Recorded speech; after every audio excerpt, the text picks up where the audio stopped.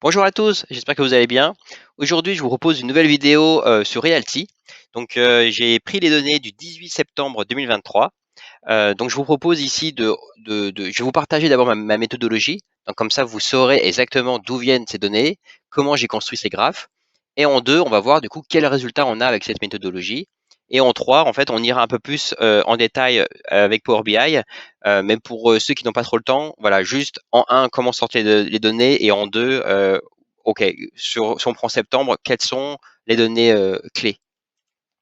Donc tout d'abord, je vous rappelle que je ne suis pas conseiller financier, donc donc je fais ça uniquement pour le divertissement. Et donc, je vous conseille absolument pas d'investir en masse all-in sur Realty. En fait, je vous donne aucun conseil. Donc voilà, c'est que de l'analyse de données. Qu'est-ce qu'on observe mois après mois? Et après, bien sûr, chacun est libre de prendre ses propres décisions. Donc, en méthodologie, d'où sortent ces données? Donc, ces données, en fait, viennent de Realty. Donc, il n'y a rien de mieux que la donnée source, hein. Donc, Realty, site officiel. Vous pouvez d'ailleurs retrouver ces données, hein, elles ne sont pas cachées, etc. Vous allez juste sur Marketplace et vous allez voir un bouton marqué propriété précédente. Ok, donc quand vous cliquez là-dessus, en fait, vous allez voir un tableau, une liste. Donc avec, là vous allez voir propriété par propriété, quel est l'expected income. Et en fait, je me suis aperçu que cette valeur, au fil peut-être même des semaines, évolue. Donc moi je ne fais pas une vidéo par semaine. Là-dessus, je me dis que bon, c'est comme de l'immobilier, donc une analyse par mois a du sens. Donc voilà ce que je fais. Je récolte du coup toutes ces données dans ce tableau. Donc on a toujours un décalage avec puisque ça ne comprend pas les nouvelles propriétés qui viennent de sortir. Donc pardonnez-moi pour ça, mais au global, je pense qu'on arrive à avoir quand même une bonne image de la performance de Realty. Pour information aussi, au 18 septembre, donc le dernier immeuble que j'ai pris et qui sera analysé dans cette vidéo, c'est le 4025 Fairview à Détroit. Donc chaque mois, je mettrai à jour cette donnée. Comme ça, si vous voulez vérifier par vous-même après via ce tableau, vous pouvez toujours savoir, ok, il s'est arrêté ici. Euh, donc voilà, ça vous donne aussi une idée. Je récolte aussi pour chaque immeuble des données supplémentaires, comme par exemple à quelle date on a commencé à louer. Euh, et quel est le type du bien? Est-ce que c'est pour le single family, multifamily, un commerce, etc. Je prends aussi la date de construction et je prends le type du rental. Est-ce que c'est plutôt du long terme ou du short terme? Ok. Euh, Ici, vous avez donc les premiers résultats. Donc, les premiers résultats, là, voilà, en vue globale, qu'est-ce qu'on observe? Donc, vous savez que j'ai commencé cette vidéo, enfin, à suivre Realty depuis juillet. Donc, avant juillet, honnêtement, j'ai aucune donnée, je ne sais pas du tout comment c'était avant. Donc voilà, donc moi je suis la même méthodologie depuis le mois de juillet. C'est pour ça que je pense que du coup, d'un mois à l'autre, on peut comparer, puisque on fait toujours pareil. Ce que l'on peut voir, c'est que du coup au mois d'août, on était à 20,7% de, bah, de, de, de propriétés qui ne versaient pas de loyer. Nous sommes maintenant descendus à 19,4%. Alors on va voir un peu plus tard plus en détail pourquoi. Euh, mais voilà, en vue globale, c'est ce qu'on observe. On observe aussi que le pourcentage des propriétés qui nous versaient un income au-dessus de 10%, lui, diminue. En juillet, on était à 46,2%. On était après en août à 42%. Et maintenant, nous sommes à 40%. Bon, ce qui, d'après moi, reste quand même bien, hein. Après, ce qu'il faut voir, voilà, là, vous voyez, j'ai que 3 mois. Il serait intéressant de voir, enfin, j'aurais dû commencer en fait il y a plus d'un an. Comme ça, là, on aurait beaucoup plus de données et on aurait pu vraiment voir est-ce que vraiment ça dégringole ou au contraire, est-ce que c'est normal en fait. En haut à droite, vous avez un autre graphe. Alors, ce graphe sera en gros toujours en train de monter. Pourquoi? Parce que en fait, c'est le nombre de propriétés. On voit que dans cette vidéo, je vais analyser 320 propriétés. On en avait 304 le mois dernier et 292 au mois de juillet. Et puis la courbe bleue, c'est en fait la valeur. C'est-à-dire que vous savez, pour chaque maison, ils nous disent, voilà, on fait tant de tokens et en valeur globale, je sais pas, c'est 62 000 dollars par exemple. Donc en fait, on additionne tout ça et on voit que nous sommes maintenant à 80,3 millions de biens. Très bien. Ici, vous avez en fait donc le même graphe, mais sur un pour le mois 12, un pour le mois de septembre. Et en fait, ici, c'est le nombre de propriétés par catégorie. Parce que vous rappelez sur la donnée brute, des fois c'est 9,4, 9,2, etc. Donc je fais des catégories. Et donc vous voyez, en fait, une catégorie c'est au-dessus de 10%. Donc ça, je dirais, c'est la crème de la crème. C'est vraiment, je pense que parce qu'on veut, parce qu'au final, c'est ce qui nous rapporte le plus. Après, vous avez les plus grands que 9%. Donc c'est-à-dire qu'ils sont entre 9 et 10%. Ensuite, la catégorie 7-8, 5-6, 1-4. Très bien. Donc là, on voit que la 1-4, par exemple, n'a pas bougé. On voit que la 5-6, on a eu 2 immeubles en plus. 7-8, on voit que un en plus. On voit qu'on a réussi à louer une propriété qui ne nous versait pas de loyer. Alors ça, je pense que c'est plutôt très positif, même si on en a encore 62. Moi, personnellement, qui me paraît quand même pas mal. Mais bon, hein, pourquoi pas. Je ne sais pas, en fait, pour les US, c'est bien, pas bien. Ça faudrait que je me renseigne un peu plus. Euh, et puis pareil aussi par rapport aussi à la performance de Realty. Peut-être qu'il y a un an, on était à 10%, ou peut-être qu'il y a un an, on était à 30%, et du coup là, on s'améliore. Peut-être qu'on était à 20%, et en fait, c'est toujours notre bruit de fond. Donc ça, plus on aura donné, plus on pourra aussi le commenter. Ici, vous avez en fait un focus sur les propriétés qui ne nous versent pas de loyer. Quel est le type? Est-ce que c'est plutôt des single family, des duplex, des multifamily? Donc là, on voit qu'en fait, on a réussi à louer une maison en single family. Voilà en gros ce qu'on peut voir quand on compare les deux. Autre résultat, alors ça c'est la même chose que les premiers graphes, seulement maintenant ils sont exprimés en pourcentage. Donc là vous voyez que par exemple qu'en pourcentage on diminue. Alors on va voir dans la prochaine slide plus en détail pourquoi. Alors j'ai réussi à faire une slide en fait sur Power BI en fait qui nous compare. Alors il y a beaucoup de données. Je sais que ça peut être un peu agressif, mais on va y aller vraiment ligne par ligne et vous allez bien comprendre. Et je pense que du coup vous avez toutes les infos ici. Donc, tout d'abord, ici, en fait, dans Power BI, du coup, je sélectionne un mois. Là, par exemple, j'ai sélectionné septembre et ça me le compare au mois dernier, donc quel mois d'août, sur plusieurs critères. Ce qu'il faut savoir, garder en tête que quand on dit mois d'août, en fait, donc j'ai pris les données au 13 août. Quand j'ai pris septembre, c'était le 18 septembre. Voilà, donc aussi que pour vous voyez, enfin pour que vous sachiez d'où sortent ces données. Ok, donc entre août et septembre, on voit que donc on a rajouté 16 propriétés. Donc voilà, ils ont été pas mal actifs, hein, Realty, ces derniers mois. Quand on compare la deuxième ligne est focus sur en fait le pourcentage sur les propriétés qui ne nous versent pas de loyer, donc 0%. Donc c'est-à-dire quoi? C'est-à-dire que le mois dernier, à gauche, en fait, vous avez le nombre. La deuxième colonne, c'est en pourcentage. La différence, bah, en fait, la différence entre septembre et août. La troisième colonne, du coup, il y a marqué septembre, vous avez le nombre de propriétés et en dessous, vous avez en pourcentage. Et tout à droite, vous avez le nombre de propriétés. Donc, en gros, l'idée, c'était de dire, je compare des pourcentages, mais si vous voulez après aller plus en détail sur le nombre, vous pouvez aller sur la colonne de tout à gauche et tout à droite pour comparer les valeurs. Et du coup, c'est assez visuel, vous voyez à peu près où on en est. On voit par exemple que du coup, donc, moins 1 pour les propriétés, et en même temps, on a rajouté 16 propriétés. Voilà pourquoi, du coup, en pourcentage, ça diminue. Parce que le parc immobilier devient aussi plus grand avec des maisons qui sont louées. Ok. Ensuite, l'autre ligne, c'est quoi? C'est gap, pourcentage 10. Ça veut dire quoi? Ça, maintenant, on regarde les propriétés qui nous versent un loyer supérieur à 10%. Donc là, on voit qu'on a diminué. Mais ok, on a diminué. Mais est-ce que pour autant on est plus mauvais que le mois dernier? Bah, en fait, pas forcément. Là, vous voyez que du coup, quand on regarde le nombre de propriétés au-dessus de 10, en fait, c'est le même. Donc, vous avez toujours voilà, 127 propriétés qui sont au-dessus, qui nous versent un loyer supérieur à 10%. Et ensuite, vous avez les différentes catégories. On voit surtout que on a beaucoup plus de propriétés qui nous versent des loyers au-dessus de 9%. Alors, vous voyez, je pense que de toute façon, pour ceux qui sont très actifs sur Realty, ça s'explique, hein. Très souvent, on voit hein, les dernières maisons qui ont été ajoutées, elles sont à 9,2, 9,4, 9,6, etc. Donc, vous voyez, ça a du sens, hein. Ça rentre complètement là-dedans. Bon, ensuite, le reste est plus ou moins stable.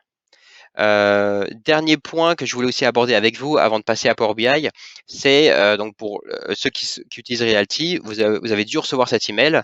Donc ici, c'est une information officielle de Realty qui fait le point en fait, parce qu'effectivement, il y avait un community call en début juillet où justement il disait voilà, on est au courant, il y aura un turnover, donc pendant que 2-3 mois, on sait il y aura pas de loyer, mais à terme, on va augmenter les loyers et donc bah, on aura plus d'argent. Enfin, plus les loyers vont augmenter. Donc ici, vous avez en fait voilà ce qu'ils ont communiqué officiellement. Donc je vous laisse lire. Et puis voilà. Donc puis maintenant, on va passer à Power BI. À tout de suite. Alors nous voilà maintenant sur le dashboard sur Power BI que j'ai construit. Donc on voit par exemple que quand on sélectionne l'ensemble des datas, ici on retrouve donc la vue macro, donc juillet, août, septembre, ce que je vous ai présenté juste avant. Mais maintenant là ce qui nous intéresse c'est le mois de septembre. Donc là qu'est-ce qu'on est en train d'analyser? 320 propriétés pour une valeur de total de 80 millions. Au total, donc en pourcentage, on les a déjà évoqués avant. Ici, donc je vais vous commenter les graphes. Ici, dans ce graphe-là, donc on l'a commenté avant, c'est celui qui vous montre la répartition par nombre. Ici, c'est la répartition par pourcentage. Donc c'est la même chose, mais juste exprimé différemment. Ici, c'est en fonction en fait de la somme de la valeur. Vous vous rappelez que pour chaque immeuble, Realty nous dit bah tiens, on va mettre 2000 tokens, par exemple d'une valeur de 50. Au total, je sais pas, ça vaut x 62 000 dollars, par exemple. Très souvent, on voit ça pour les single family. Très bien. Donc, on fait la somme. Donc, en fait, ce qui est intéressant, c'est qu'on voit par exemple que c'est 62 propriétés qui ne versent pas de loyer, en fait, ne représente qu'un pourcentage très faible de l'investissement de Realty. Puisqu'on voit que par exemple, ça vaut que 5,7 millions sur les 80 millions. Vous voyez? Donc des fois, c'est assez, bon, ça c'est toujours un peu intéressant de voir ça. Ici, vous avez une map. Donc là, vous voyez, en fait, on peut voir, par exemple, enfin, donc là, on a les 320 propriétés, donc on peut voir globalement où est-ce qu'on est concentré. Donc on voit quand même qu'on est quand même très concentré sur Détroit, hein. Bien sûr, on en a quelques-unes à Chicago, mais bon, relativement faibles. On a ici à Cleveland, très bien. Donc on a quelques-unes ici, Toledo. Mais là, vous voyez que dès qu'on regarde à Détroit, là, à Détroit, on a la masse. Très bien. Euh, donc là, on voit d'ailleurs que surtout à droite, là, ils ont quand même un sacré parc immobilier ici. Ok. Et donc, ce qui est possible de faire avec Power BI, c'est que quand, par exemple, on veut s'intéresser, on veut zoomer. Donc là, je clique, par exemple, sur donc les propriétés qui ne nous versent pas de loyer. Donc, j'en ai bien 62 de sélectionnés. Ici, on le voit ici. À droite, vous avez donc le fameux graphe que je vous ai présenté avant. Donc, vous avez la répartition, si c'est voilà, une single family, un duplex, etc. Donc, on voit qu'il y a multifamily, apparemment, il y en a deux qui sont pas, bon, qui sont pas loués. Duplex, il y en a deux qui sont pas loués. Et single family, on en a 58. Donc de toute façon, ça a du sens, hein, parce que single family, c'est soit c'est loué, soit c'est pas loué. Donc bah voilà, ça a beaucoup de sens. Euh, Ici, vous avez donc les fameuses maisons qui ne sont pas louées. Donc l'idée de voir ça, c'était de savoir, tiens, est-ce que j'ai une surconcentration à certains endroits ou pas? Bon, on voit que c'est pas forcément, comment dire, représentatif, parce que vous voyez, si je prends le nombre de propriétés supérieur à 10%, donc les 127, en fait, bon, j'ai pas l'impression qu'il y a un quartier en particulier, enfin, du moins visuel, ça me saute pas aux yeux. Mais bon. Ici d'ailleurs, puisqu'on on en est là, donc là j'ai sélectionné, vous voyez là les 127 propriétés qui nous versent des loyers au-dessus de 10%. Vous avez ici la proportion. Donc on voit que on a pas mal, 68% ce sont des single family. Après, on voit quand même que les duplex performent plutôt pas mal. Et on a les multifamily qui versent, enfin, qui sont pas mal, hein. Alors, ce qui vient avec Power BI, c'est que vous pouvez aussi faire l'inverse. Vous pouvez vous dire, bon, ok, mais alors les duplex, quelle est la performance des duplex? Donc là, je clique sur les duplex. Au total, j'en ai 43.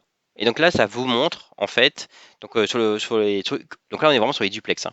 Donc 4,7% ne nous versent pas de loyer. 60,5% des duplex nous versent un loyer supérieur à 10%.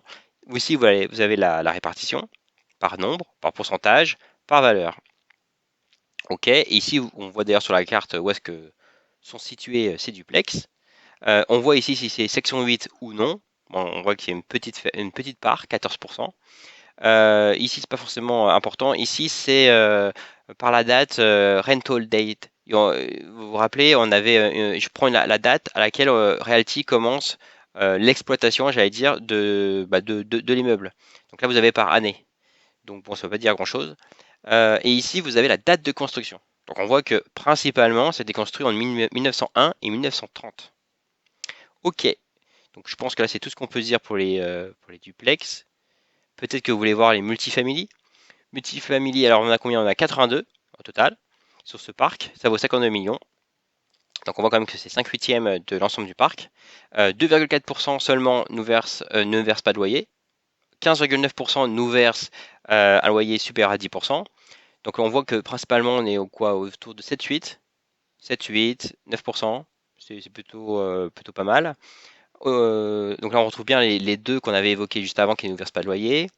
Où est-ce qu'ils sont situés? Donc là vous avez, ah tiens, on est un peu plus à Chicago, Toledo, et bien sûr beaucoup à Détroit. 20% sont section 8. Ici, donc, vous avez la par date. Donc, en fait, ils ont été la plupart. Ouais, c'est un peu kiff-kiff. Donc, on va dire 20%, en fait, ils ont été achetés en 2023. 2022, 34%.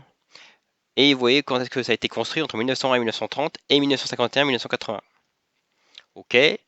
Donc, vous voyez, on peut se faire ça. Les single family, 176. 33% ne sont pas loués. Voilà, je vous laisse regarder ces graphes. Ouais, pareil, hein, c'est surtout à Détroit. On a quand même 15% qui sont section 8. On a du section 42, il me semble. Voilà, on en a 4. Ici, vous avez la date de construction. Donc, on voit quand même que très souvent, c'est 1931, 1950. C'est le top. Notre numéro 1, j'allais dire 97 propriétés parmi les single family ont été construits entre 1931 et 1950. Ok, qu'est-ce qui pourrait vous intéresser? Les SFR Portfolio, je ne sais pas si vous vous rappelez de ça. En fait, c'est tous les holdings. Vous avez Holding Tennessee, Holding je sais plus quoi. Il y a plusieurs holdings. Souvent, quand vous regardez là, le type, ça va indiquer SFR Portfolio. Donc là, on voit que c'est SFR Portfolio. Ils sont tous loués. Il n'y en a aucun qui est au-dessus de 10%. Il n'y en a aucun qui n'est pas loué. Et la performance, ils sont tous au-dessus de 9%. Donc c'est plutôt pas mal, hein. Euh, Tiens, il y en a 3 qui sont en section 42. Et apparemment, ils ont tous été achetés en 2023. Ok. Commercial, je crois que commercial, on n'en a pas beaucoup, hein. Seulement un qui est au-dessus de 9%. Qui s'appelle comment? Qui s'appelle Morang. Voilà. Après, ce qui est possible de faire aussi avec Power BI, c'est vraiment de croiser les données dans tous les sens. Là, par exemple, je peux m'intéresser à juste aux immeubles qui ont été construits après les années 2000, par exemple, pour voir à peu près est-ce qu'ils ont une meilleure performance ou pas. Bon, on voit que ils sont plutôt à 9%. Ils représentent 8 millions des investissements de Realty. On voit que 56,25% ce sont des maisons, mais sinon là c'est SFR Portfolio. En fait, SFR Portfolio, alors, en fait ils ont créé un token pour regrouper plusieurs tokens de maisons individuelles. Donc c'est peut-être pas forcément là, le meilleur critère ici. Mais bon, vous voyez, après on peut regarder 1901-1930 versus 1931-1950. On voit qu'en nombre, j'ai 117,114. Bon, donc là, qu'est-ce que ça nous permet de voir? Ça nous permet de voir que, donc là j'ai sélectionné 1901 à 1930. On voit que 17,9% ne sont pas loués. Donc ça fait 21 propriétés qui ne sont pas louées. 41% nous versent des loyers au-dessus de 10%. Très bien, vous avez ici la répartition. Donc, ok. Ici, quand je clique sur 1931-1950, on voit que principalement, alors, c'est pas forcément peut-être un hasard, hein, mais bon, principalement, c'est des maisons. 31%, enfin 31 propriétés ne sont pas louées, donc vous voyez, on a un pourcentage qui est beaucoup plus élevé, qui ne sont pas louées, mais 57% nous versent un loyer au-dessus de 10%, ce qui est quand même pas mal, hein. Voilà ce que l'on peut dire. N'hésitez pas après en commentaire si vous voulez en fait une analyse particulière. Je sais pas, est-ce que par exemple ça serait les secteurs 8 construits, je sais pas, par exemple entre 1900. Là, par exemple, maintenant je clique sur section 8. Sur section 8, vous pouvez voir en fait là le pourcentage. On voit qu'il y a 8% qui sont pas loués, 36% qui sont au-dessus de 10%. Ok. Ce que je peux faire là après, c'est les mettre là, les sections 42. Donc là, vous voyez par exemple ici, vous avez la répartition d'ailleurs par année de construction. Je mets 1942. 1942, donc j'ai 7 propriétés. La plupart, c'est au-dessus de 9%. Voilà. Là, d'ailleurs, on voit qu'il y a pas mal de SFR portfolio. Vous vous rappelez, SFR portfolio, ce sont les... Où est-ce qu'ils sont? Oups, j'ai cliqué à côté. Ah, mince. Bon, bref. Ok, donc vous voyez, après, on peut mixer. On peut se dire, tiens, je veux regarder mes sections 8 avec couplé juste ce critère-là, qui ont été construits ici. Quel est le taux?